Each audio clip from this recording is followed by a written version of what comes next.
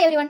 YCTയുടെ first പേജിൽ നിന്ന് തുടങ്ങിയാലോ നമുക്ക്? റിവിഷൻ പോലെ, അല്ലെങ്കിൽ ഇനി അറിയാത്തവർക്ക് ഒന്ന് നമുക്ക് അറിയാൻ വേണ്ടി ഒക്കെ നമുക്ക് ആദ്യം മുതൽ ഒന്ന് സ്റ്റാർട്ട് ചെയ്യാം. ഓക്കെ, ഫിസിക്സിലെ ഫസ്റ്റ് പേജാണ് ഞാനിപ്പോൾ പറയുന്നത് YCTയുടെ ബുക്കിൽ.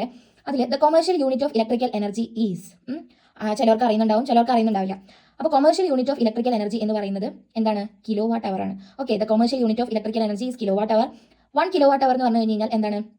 1 കിലോ വാട്ട് അവർ എന്ന് പറഞ്ഞു കഴിഞ്ഞാൽ കിലോ വാട്ടിനെ നമുക്കറിയാം. ഇപ്പോൾ 1 കിലോഗ്രാം എന്ന് പറഞ്ഞു കഴിഞ്ഞാൽ എന്താണ്? 1000 ഗ്രാമാണ്. അതുപോലെ 1 കിലോ വാട്ട് എന്ന് പറഞ്ഞു കഴിഞ്ഞാൽ എന്തായിരിക്കും? 1000 വാട്ടാണ് ഇൻറ്റു 1 അവർ. അപ്പോൾ 1000 ഇൻറ്റു 1 മണിക്കൂർ എന്ന് പറഞ്ഞു കഴിഞ്ഞാൽ എത്ര സെക്കൻഡാണ്? 3600. 1 മണിക്കൂർ എന്ന് പറഞ്ഞാൽ 60 മിനിറ്റ് ആണ്. 1 മിനിറ്റ് എന്ന് പറഞ്ഞാൽ 60 സെക്കൻഡാണ്. അപ്പോൾ അങ്ങനെ വരുമ്പോൾ 3600 സെക്കൻഡാണ്. അങ്ങനെ നമ്മൾ വാട്ട് സെക്കൻഡിൽ എഴുതുമ്പോഴാണ് അത് ജൂൾ ആകുന്നത്. അതായത് 3.6 × 10⁻⁶ ജൂൾ. നമുക്ക് നോക്കി നോക്കൂ, ഓർത്ത് എളുപ്പത്തിന് വേണ്ടിയിട്ട് ഇവിടെയും 6 ആണ്, ഇവിടെ 6 ആണ്. അങ്ങനെ ഓർത്ത് നോക്കും. അപ്പോൾ 1 കിലോ വാട്ട് അവർ എന്ന് പറഞ്ഞു കഴിഞ്ഞാൽ 3.6 × 10⁻⁶ ജൂൾ ആണ്. അടുത്ത ക്വസ്റ്റൻ എന്താണ്? The SI unit of resistance is equal to, റെസിസ്റ്റൻസിന്റെ SI യൂണിറ്റ് എന്താണ് എന്നാണ് ചോദിച്ചിരിക്കുന്നത്. നമുക്ക് ആൻസറിലേക്ക് നോക്കാം. അറിയാത്തവരുണ്ടാവല്ലോ. According to Ohm's law, V = IR. നമുക്കറിയാം R = V/I അല്ലെങ്കിൽ V = IR ആണ്. R = V/I. SI unit of resistance എന്ന് പറഞ്ഞു കഴിഞ്ഞാൽ എന്താണ് വരിക? Volt by ampere. അപ്പോൾ വോൾട്ട് ബൈ ആംപിയർ എന്ന് പറഞ്ഞു കഴിഞ്ഞാൽ B ആണ് ഓപ്ഷൻ വരുന്നത്. അടുത്തെന്ന് പറഞ്ഞാൽ physical quantity having a unit of volt per ampere. അതാണ് നമ്മളിപ്പോൾ കുറച്ച് തൊട്ട് മുന്നത്തെ ക്വസ്റ്റിൽ നമ്മൾ പറഞ്ഞത്. വോൾട്ട് പെർ ആംപിയർ ആയതിനെയാണ് റെസിസ്റ്റൻസിനെയാണ്. Physical quantity having a unit of volt by ampere is resistance. വേറെസ് നമുക്ക് അടുത്ത വേറെ കുറച്ച് ഇക്വേഷൻസ് നോക്കാം. Work is equal to force into displacement ആണ് വർക്ക് എന്ന് പറയുന്നത്. കറണ്ട് എന്ന് പറഞ്ഞാൽ വോൾട്ടേജ് ബൈ റെസിസ്റ്റൻസ്. ചാർജ് എന്ന് പറഞ്ഞു കഴിഞ്ഞാൽ കറണ്ട് ബൈ ടൈം ആണ്. അതായത് ചാർജ് എന്ന് പറഞ്ഞു കഴിഞ്ഞാൽ കറണ്ട് ബൈ ടൈം ആണ്. ഓക്കെ, അത് പക്ഷേ ശരിക്കും പറഞ്ഞു കഴിഞ്ഞാൽ ഇതിൽ ഒരു തെറ്റ് വന്നിട്ടുണ്ട്. I = Q/T ആണ്. I = Q/T. അതായത് കറണ്ട് എന്ന് പറഞ്ഞു കഴിഞ്ഞാൽ എത്ര ചാർജസ് ഫ്ലോ ചെയ്യുന്നുണ്ട്, എത്ര ടൈമിനുള്ളിൽ എത്ര ചാർജസ് ഫ്ലോ ചെയ്യുന്നുണ്ട് എന്നുള്ളതാണ് കറണ്ട് എന്ന് പറയുന്നത്. ഓക്കെ, അപ്പോൾ ഇവിടെ ചെറിയൊരു തെറ്റ് വന്നിട്ടുണ്ട്, കുഴപ്പമില്ല. Okay, the unit of resistance എന്ന് പറയുന്നത് എന്താണ്? എല്ലാവർക്കും അറിയാലോ, ഓം ആണ്. Resistance is the measure of the opposition of current flow in an electric circuit. The unit of resistance is ohm. SI unit of induced potential differences. Induced EMF is potential difference only, hence its unit is volt only. Potential difference ന്റെ unit എന്താണ്? Volt ആണ്. അടുത്ത question നോക്കാം. The SI unit of resistivity is, റെസിസ്റ്റിവിറ്റിയുടെ unit എന്താണ്? SI unit of resistivity is ohm metre ആണ്. അതായത് നമുക്കറിയാം റെസിസ്റ്റിവിറ്റി R റെസിസ്റ്റൻസ് എന്ന് പറഞ്ഞാൽ ρL/A ആണ്. അപ്പോൾ നമുക്ക് നോക്കി നോക്കൂ, ഈ റോ എന്ന് പറയുന്നത് എന്തായിരിക്കും? RA/L എന്ന് വരും ഇങ്ങോട്ട് പോകുമ്പോൾ.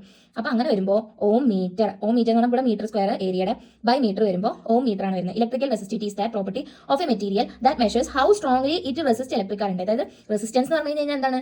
എത്ര അത് അവിടെ ഇലക്ട്രിക് കറണ്ടിനെ എത്രത്തോളം അത് റെസിസ്റ്റ് ചെയ്യുന്നുണ്ട് എന്നുള്ള ആ മെറ്റീരിയലിന്റെ പ്രോപ്പർട്ടി തന്നെയാണ് നമ്മൾ ഇലക്ട്രിക്കൽ റെസിസ്റ്റിവിറ്റി എന്ന് പറയാം. Newton is the unit to measure. Newton എന്തിന്റെ യൂണിറ്റ് ആണ്?